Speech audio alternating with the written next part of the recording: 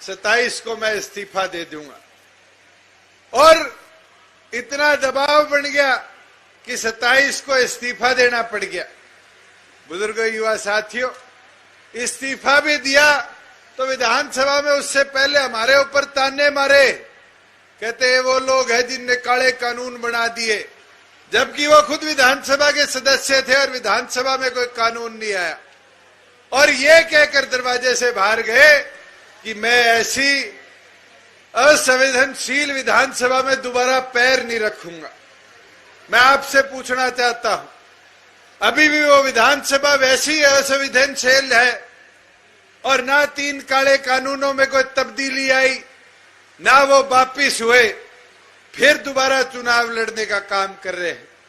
और ये कहते हैं कि अगर होगा तो मैं शपथ नहीं लूंगा। और तो और उनके साहबजादे वो तो इतना तक कह देते हैं कि भाई अगर जरूरत पड़ी और किसानों ने कहा तो हम दोबारा इस्तीफा देने का काम करेंगे। बुजुर्गों, युवा साथियों, इस्तीफा देना बड़ा आसान है, मगर जनता के बीच में रहकर जनता की सेवा करना बड़ा मुश्किल है। आप उठाकर भिवानी देख लो, डॉक्टर अजय सिंह चौटाला सांसद थे, आज जेल में क्यों है? क्योंकि 700 युवा साथियों को आज जेबीटी में भर्ती किया।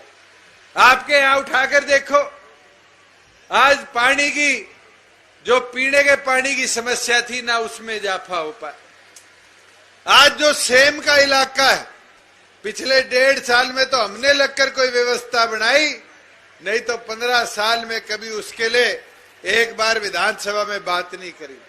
टेल तक पानी पहुंचाने की बात हो, उसके अंदर कभी कोई कदम उठाया नहीं गया। मैं तो आपसे एक चीज पूछना चाहूंगा कि ऐसा नुमाइंदा बनाकर भेजा जिसने कभी जनता की ना सुनी और केवल मात्र अपनी मर्जी से अपने लालच के लिए कदम उठाने का काम किया।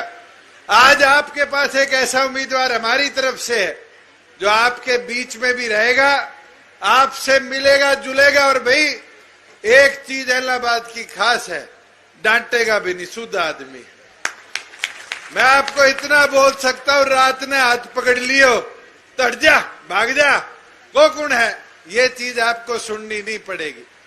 और आपके विकास के लिए मैं तो गोविंद जी से पहले कह दूं, ये मत सोचियो गोविंद जी चुनाव लड़े, वो सोच लो कि चुनाव दुष्यंत लड़े, काम करानो मेरी जिम्मेवारी।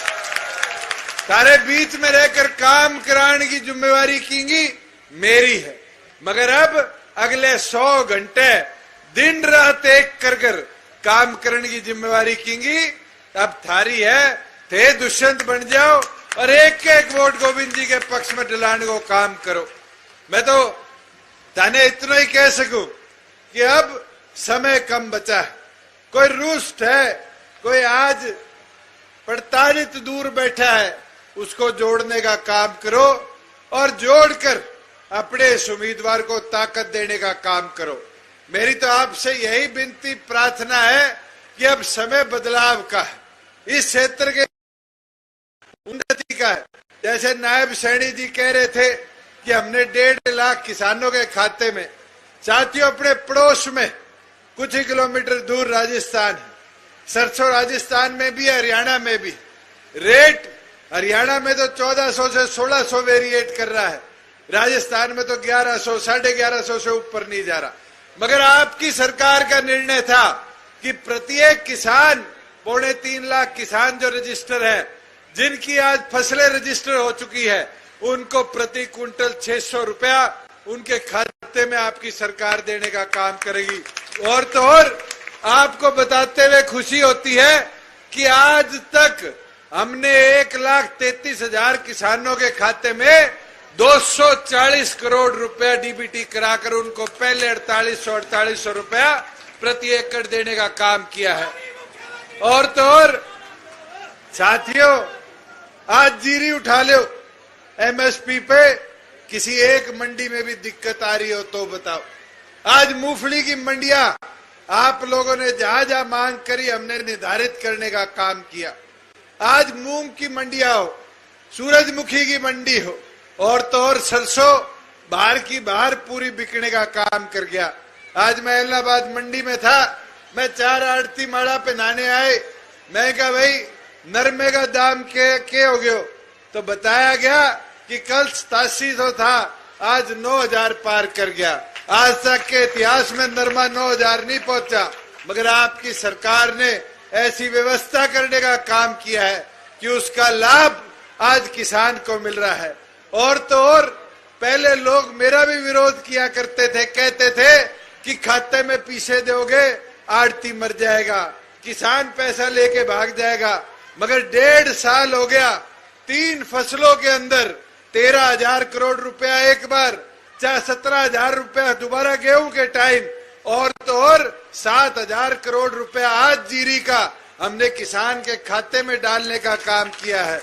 और अगर 72 घंटे से ज्यादा लगे तो आपकी सरकार का ये संकल्प है कि 9% ब्याज पे किसान को उसका मूल भी देने का हम काम करेंगे। बुजुर्गों, युवा साथियों, युवाओं की बात करते हैं। मैं तो याद करता हूं वो दिन जब विधानसभा में 75% की बात हम लेकर आए थे और लोग कहते थे ये तो जुमला बना दिया, कैसे लागू होगा। हमारी सरकार ने इसको पूरी तौर पर लागू करने का काम किया, और तो और लागू कर आज गवर्नर साहब से अप्रूव कराकर इस 5 तारीख को जब आचार संहिता हटेगी तो इस प्रदेश में 75% हर प्राइवेट रोजगार में आपकी सरकार लागू करने का काम करेगी। मैं तो आपको ये विश्वास दिलाता हूँ, शीला जी जैसे कह रही थी, मेरी माताएं बहनें बैठी है, चाहे राशन डिपुओं में इनकी हिस्सेदारी सुनिश्चित करने की बात हो, और तो और पंचायती राज के अंदर इनको बराबर 50% हिस्सा देने की बात हो, बैकवर्ड के साथियों को 8% हिस्सा देने की बात हो, अगर ये सपना कोई पूरा डॉक्टर अजय सिंह चौटाला का कर पाया तो आपकी गठबंधन सरकार कर पाए। और इसलिए आपसे आग्रह करता हूं, विनती करता हूं कि अब मौका है, ये जो भय और डर इस हल्के के अंदर है इसको निकाल कर अपने हल्के के विकास के लिए एक एक वोट अपना आगामी 30 तारीख को कमल का बटन दबाकर गठबंधन के संयुक्त उम्मीदवार भाई गोविंद कांडा जी के पक्ष में डालने का काम करें। मैं तो यही विनती करना चाहूंगा। और एक चीज, क्योंकि तरकावाली मेरा अपना गांव है, आप सबकी जिम्मेवारी है, एक बार हाथ उठा के बता दो, जिताओगे एक तरफा ही बारी तरकाली हूं, बता दो, जोर हूं, गड़ो भी खाली कर लियो, कई दिन हो गया, जिताओगा, जिता दोगे।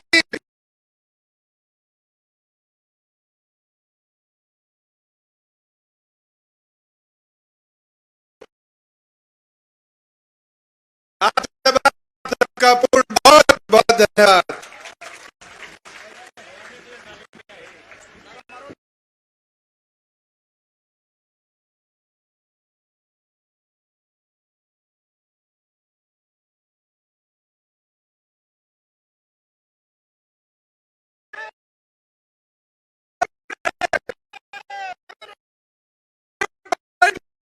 जिंदाबाद।